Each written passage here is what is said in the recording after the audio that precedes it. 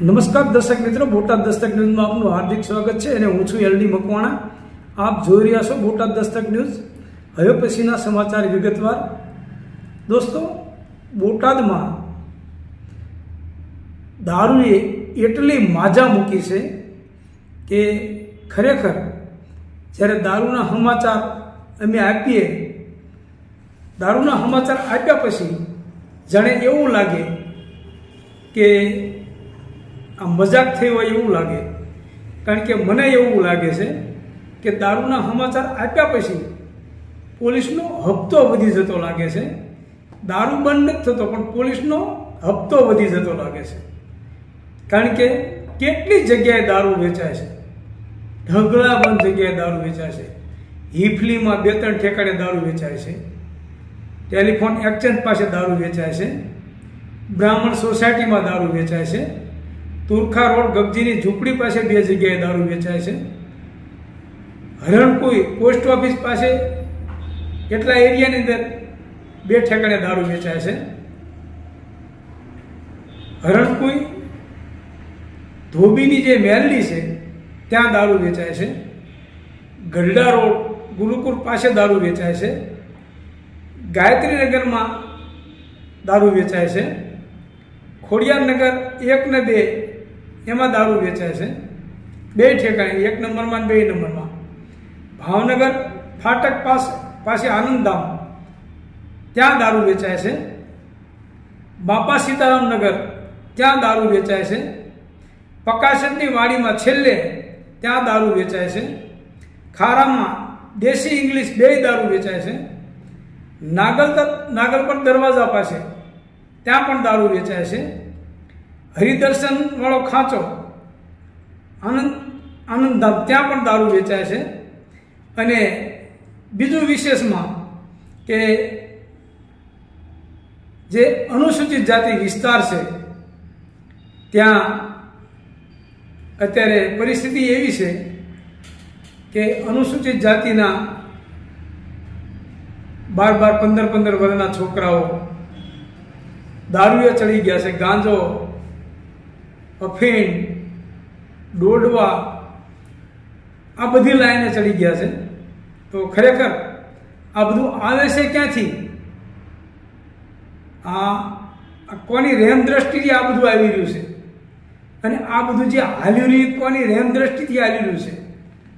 અમને ખરેખર કોઈ કહેવાવાળું હોય એવું લાગતું જ નથી. કારણ કે અત્યારે હાલમાં બોટાદની પરિસ્થિતિ એકની નથી, પૂરા ગુજરાતની પરિસ્થિતિ આ છે. જે કહે ને સરકાર એવું કહે છે કે પારદર્શક સરકાર, તો પારદર્શક સરકાર તો આ નજરે લોકોને દેખાય અને પારદર્શક આ બધા નજરે જોવે જ છે કે દારૂના અડ્ડા ચાલી રહ્યા છે, બેફામ દારૂ વેચાઈ રહ્યો છે, કોઈ કહેવાવાળું નથી.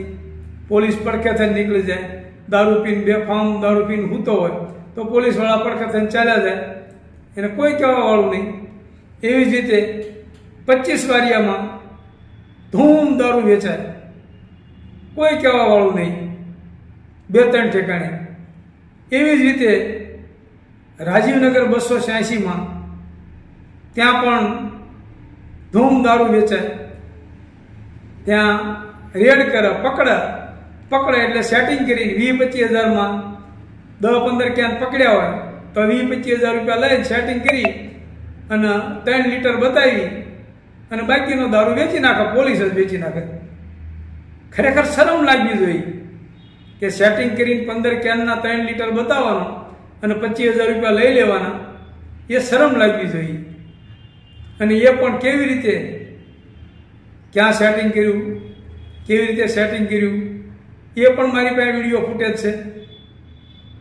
તો ખરેખર આ બાબતે પોલીસે જાગૃત થવું જોઈએ, લોકોએ પણ જાગૃત થવું જોઈએ.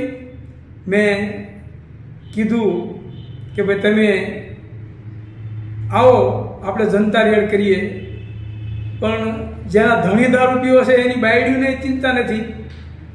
કદાચ એમનું કંઈક આડું ટેડું હોય.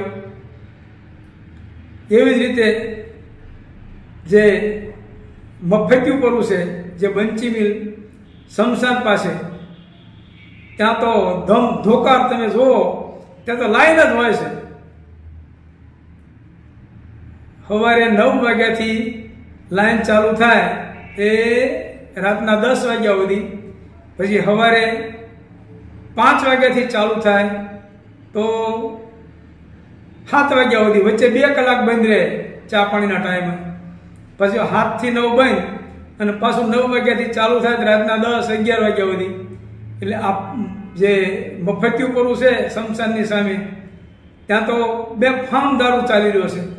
કારણ કે એની ઉપર તો અંદાજે મારા ખ્યાલથી 40 તો કેસે છે, પણ એને પોલીસે કોઈ દી તડીપારના કાગળે મૂક્યા નહીં, કોઈ દી એને તડીપાર કર્યો નહીં, હદપાર કર્યો નહીં, હદપારના કાગળ મૂક્યા નહીં. કારણ કે એ ઓલી કહેવત છે ને કે ઈંડા આપતી મુરઘી છે. આમ તો જો કે બધા દેશી ઈંડા, પેલા દેશી દારૂવાળા અને એ બધા જે રહ્યા એ સોનાની ઈંડા આપતી મુરઘી છે બધી. આ 40 જગ્યાએ જે છે. પછી અમારું જે અહીંયા રામજી મંદિર છે વાસમાં, ત્યાં રામજી મંદિરની સામે પણ ધૂમ દેશી દારૂ વેચાય છે. એવી જ રીતે મુકેશભાઈ જયરામભાઈ જે ગુજરી ગયા એના ગલ્લા પાસે ત્યાં પણ દેશી દારૂ, એના ગલ્લાની સામે ધૂમ દારૂ વેચાય, દેશી દારૂ. કોઈ કહેવાવાળું નહીં. ત્યાં તો જુગાર પણ ચાલતો હોય છે, ત્યાં કોઈ કહેવાવાળું નહીં. અને ત્યાર પછી આંબેડકરના પૂતળાથી માંડી, બાબા સાહેબનું સ્ટેચ્યુથી માંડી અને અંડરબ્રિજ સુધી રેલવે, અને અંડરબ્રિજથી બાબા સાહેબના ટેચા સુધી અંદાજે લગભગ 4 થી 5 માણસ સતત દારૂ વેચતા હોય, કોઈ કહેવાવાળું નહીં. કારણ કે બધા હપ્તાથી ચાલતા હોય છે, બધા હપ્તા દેતા હોય છે. અને બાબા સાહેબના ટેચાથી ઓલપા પાવર હાઉસ બાજુ, ફોજાની વાડી બાજુ, ત્યાં પણ 3-4 જણા રેલ ઉપર ઇંગ્લિશ દારૂ ને દેશી દારૂ બેફામ વેચતા હોય છે, કોઈ કહેવાવાળું નહીં.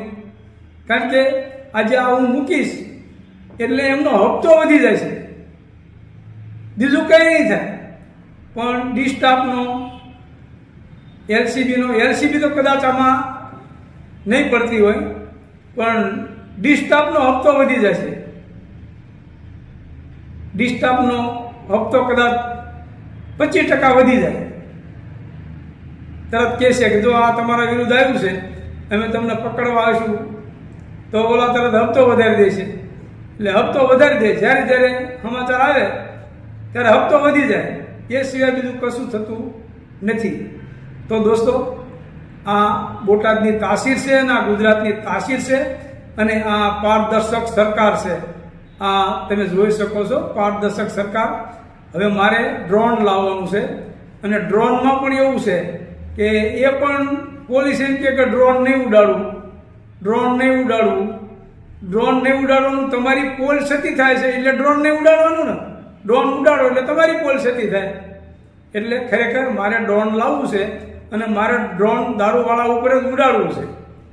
એટલે પછી મને કેવી રીતે ડ્રોન ઉડાડવાની ના પાડે છે એ મારે જોવું છે. Botad Dastak news, LD Makwana, Botad.